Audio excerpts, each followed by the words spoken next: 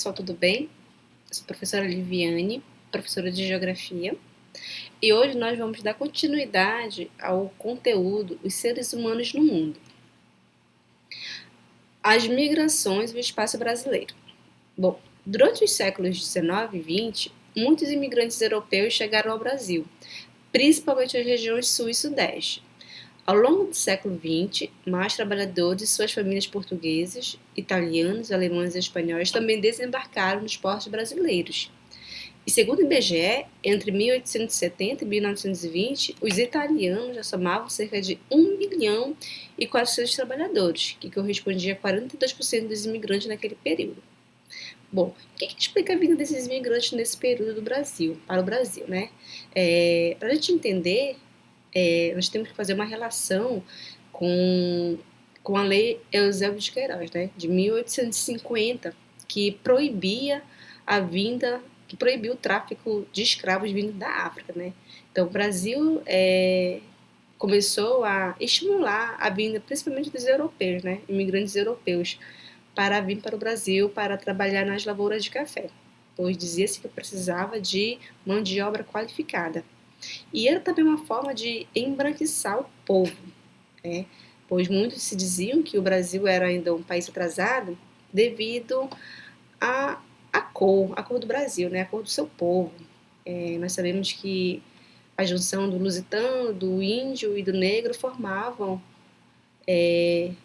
a população do Brasil antes da vinda dos imigrantes, né? Então, era um povo mestiço. Então o Brasil queria embranquiçar o seu povo, trazendo bastante imigrantes da Europa. E eles muitos se fixaram, né, na região sul e sudeste, nas suas lavouras de café, né? Muitos foram também trabalhar nas indústrias do Brasil. E aqui eu trouxe uma foto para vocês verem, né? Foto dos imigrantes em São Paulo, né, 1898, e aqui um quadro de Tarsila de Amaral, de 1973, né, que retrata o Brasil da época, né, povos bastante diferenciados, né, então nós somos um povo miscigenado, formado da junção de vários povos. Migrante e refugiado. Bom, o que significa migração? Migração é um termo genérico para nomear o movimento de grupos de pessoas que se deslocam de um país para o outro ou de um lugar para o outro, dentro do próprio país, de maneira voluntária ou forçada. Quando essa migração se dá de maneira forçada, nós vamos ter os refugiados. E o que seriam os refugiados? Os refugiados são pessoas que foram forçadas a deixar o seu lugar de origem, muitas vezes por motivos políticos, étnicos ou religiosos, conflitos armados, violência ou violações dos direitos humanos. Aqui nós podemos observar, aqui eu trouxe uma imagem para vocês, que mostra os venezuelanos, né, atravessando a fronteira Brasil-Venezuela aqui no ano de 2019. Eles estão vindo de maneira própria ou forçada. Nós podemos dizer que muitos estão vindo de maneira forçada, né? Pois a crise que se estendeu na Venezuela, crise econômica, né, forçou esses imigrantes a entrarem no Brasil, né? Então, eles estariam aqui como refugiados. E também nós temos os sírios, né? Nós sabemos que a Síria é um país que sofre bastante, né, com guerras políticas, guerras religiosas, e muitos acabam vindo para o Brasil. Mas não só venezuelanos e sírios que vêm para cá, não. De outros países também, Haiti, né, aqui na América Central também, que são povos que sofrem bastante, né, por guerras, entre outros também, né, que vêm para o Brasil de forma refugiados. E as migrações internas. E o que seriam as migrações internas? Migrações internas quando se dá de dentro de um país, né, pode ser de uma região para outra, dentro de uma mesma região, né, de um estado para outro. E um dos fluxos migratórios mais intensos, né, uma migração interna mais intensa que teve aqui no Brasil foi no século XX já, que foi a dos nordestinos. Então, eu trouxe um mapa para vocês que mostra aqui a migração interna no Brasil em 3 períodos, né? Então, geralmente, os nordestinos que saem para a região sudeste, para a região norte, né? E geralmente essas migrações internas estão relacionadas aos ciclos econômicos, né? Então, no Brasil nós podemos observar que a região sudeste é uma grande atração de migrantes, né? Por ser uma região uma das regiões mais desenvolvidas do Brasil e que atrai bastantes imigrantes, né? E na região amazônica nós podemos observar que a migração ocorre no período, né, da 1960, período militar, com a abertura da floresta, né, com as construções da BR-163, da Transamazônica, que atraiu bastante imigrantes nordestinos para cá.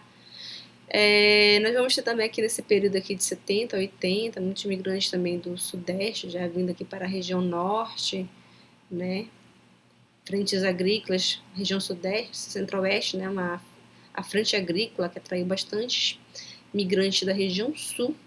Então, aqui são mais exemplos de migrações interregional, né? Mas vamos ter também as regiões intra-regional, as migrações pendular, né? Que dá geralmente de um município para outro. E a população mundial?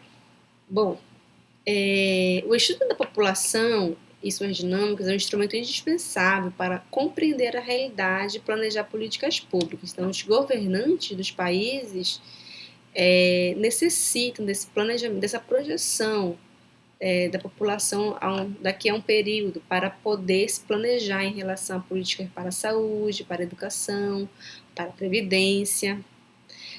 Estima-se que a população global já tenha chegado a 7,8 bilhões em junho de 2020.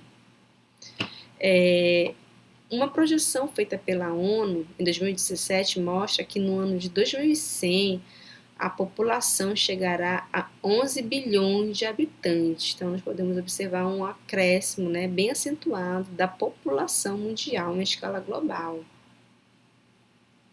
E o crescimento vegetativo.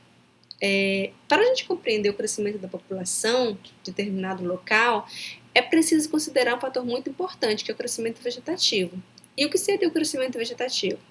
Bom, o crescimento vegetativo é uma relação entre o número de nascimentos e o número de óbitos de determinado país, né, determinado local. Então, eu trouxe aqui um quadro para vocês observarem aqui a estimativa da população mundial pelos continentes, né? Destaco para vocês que a África e a Ásia é o continente onde haverá ainda bastante aumento até 2100, né? É um dos continentes que a população aumentará bastante, né? Fazendo uma relação com a Europa e a América Latina, né? Que a sua população, se você observar aqui, em 2100 será menor do que em 2050, né? Então nós podemos observar uma diminuição de nascimentos nesses continentes. Aí, para a gente compreender mais esse crescimento vegetativo da população em certos países, eu trouxe 3 pirâmides etárias, né, que mostra como é que está o crescimento vegetativo.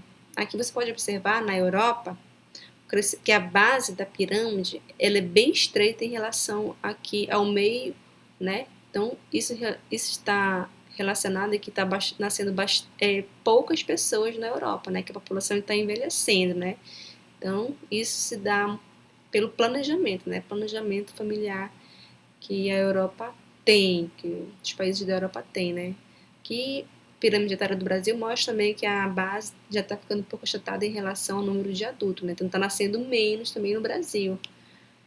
E aqui na África já é o contrário, né? Como se vocês observaram no quadro anterior, que o continente africano, né, e junto com o continente asiático, é onde ainda haverá bastante aumento da população. Então você pode observar pela base, né? Pela base da pirâmide, que ainda é bastante larga em relação ao topo. Então, taxa de nascimento ainda é bastante grande nesse continente, né?